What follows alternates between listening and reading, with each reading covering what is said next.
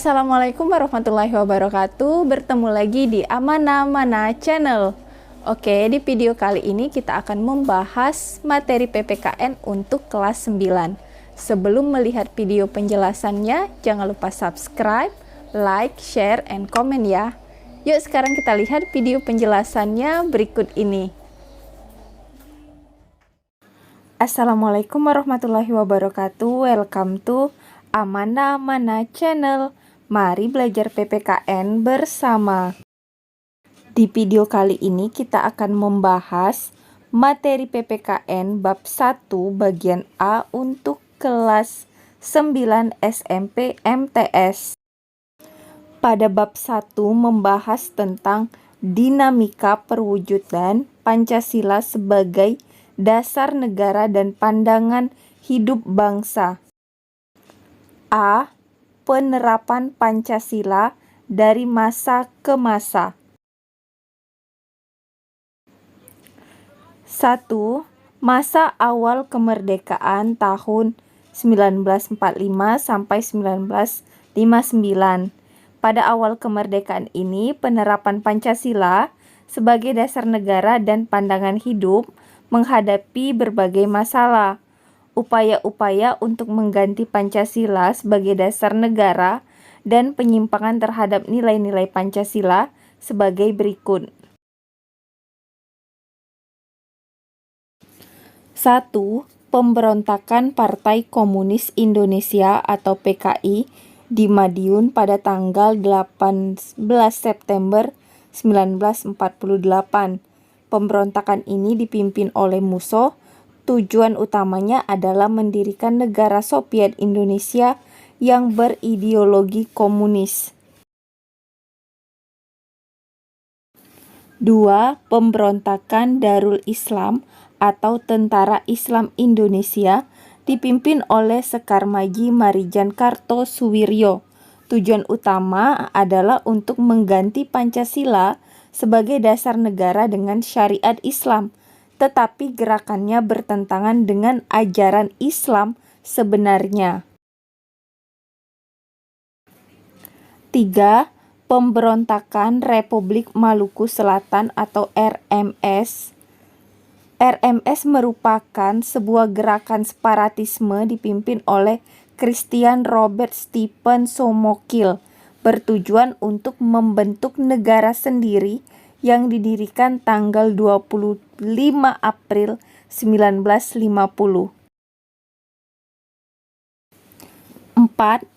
Pemerintah Revolusioner Republik Indonesia atau PRRI atau Perjuangan Rakyat Semesta atau Persmesta yang dipimpin oleh Saripudin Prawiranegara dan Venje Sumual tahun 1957 sampai 1958 di Sumatera dan Sulawesi. Gerakan ini merupakan bentuk koreksi untuk pemerintahan pusat pada waktu itu yang dipimpin oleh Presiden Soekarno. 5. APRA, Angkatan Perang Ratu Adil, merupakan milisi yang didirikan oleh Kapten Knil Raymond Westerling tanggal 15 Januari 1949 yang bertujuan untuk mempertahankan bentuk negara federal di Indonesia serta memiliki tentara sendiri bagi negara-negara RIS. 6. Perubahan bentuk negara dari Republik Indonesia Serikat menjadi Negara Kesatuan Republik Indonesia, sedangkan konstitusi yang berlaku adalah Undang-Undang Dasar sementara tahun 1950. 2.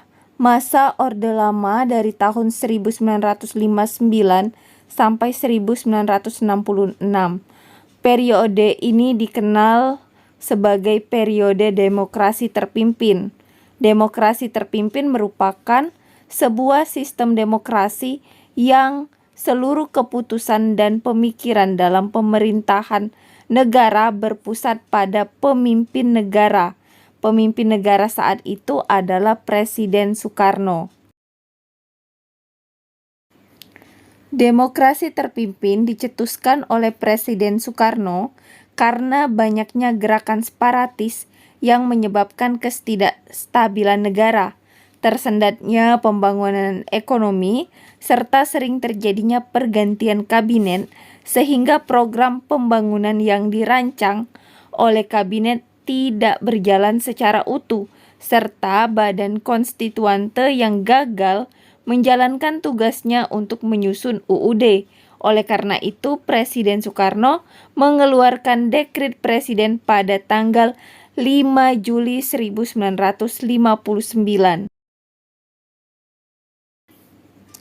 Walaupun konstitusi negara sudah kembali pada UUD NRI tahun 1945, namun pelaksanaannya masih terdapat penyimpangan terhadap UUD NRI tahun 1945. Beberapa penyimpangan terhadap Pancasila dan UUD tahun 1945 diantaranya sebagai berikut. A. Presiden Soekarno ditetapkan sebagai presiden seumur hidup, yang menyebabkan kekuasaan presiden semakin besar dan tidak terbatas. B. Presiden mengeluarkan penetapan presiden yang membubarkan DPR hasil pemilu 1955. C.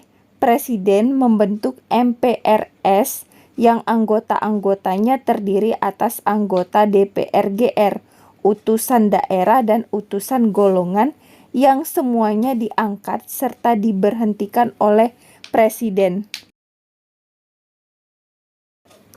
Pada periode ini terjadi pemberontakan PKI tanggal 30 September 1965 yang dipimpin oleh DN Aidin.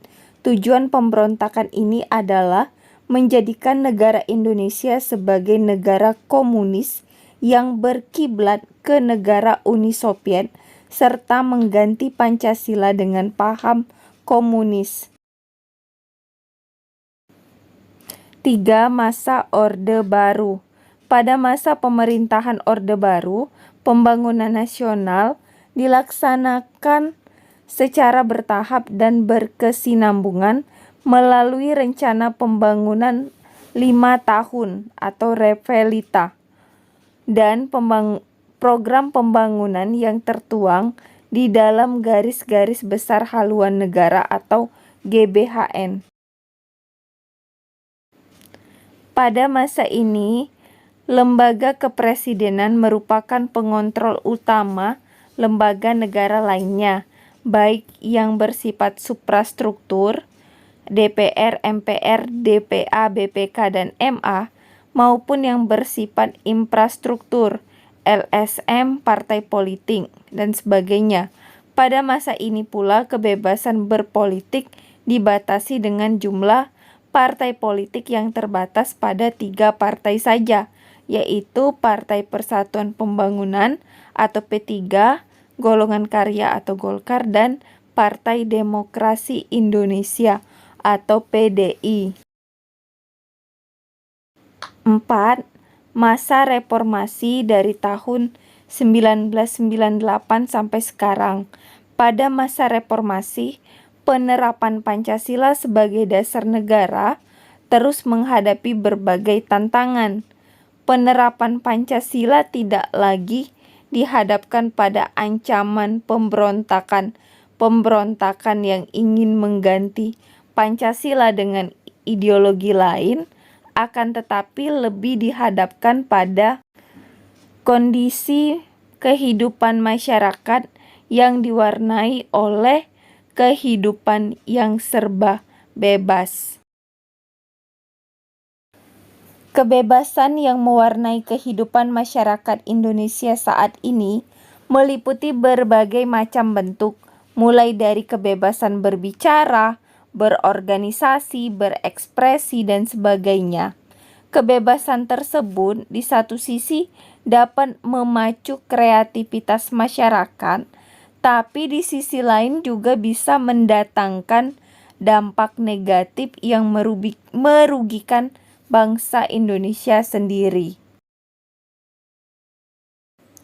Thanks for watching. Terima kasih yang sudah menyaksikan video ini sampai selesai. Semoga bermanfaat. Dan jangan lupa subscribe, like, share, and comment ya. Oke, terima kasih.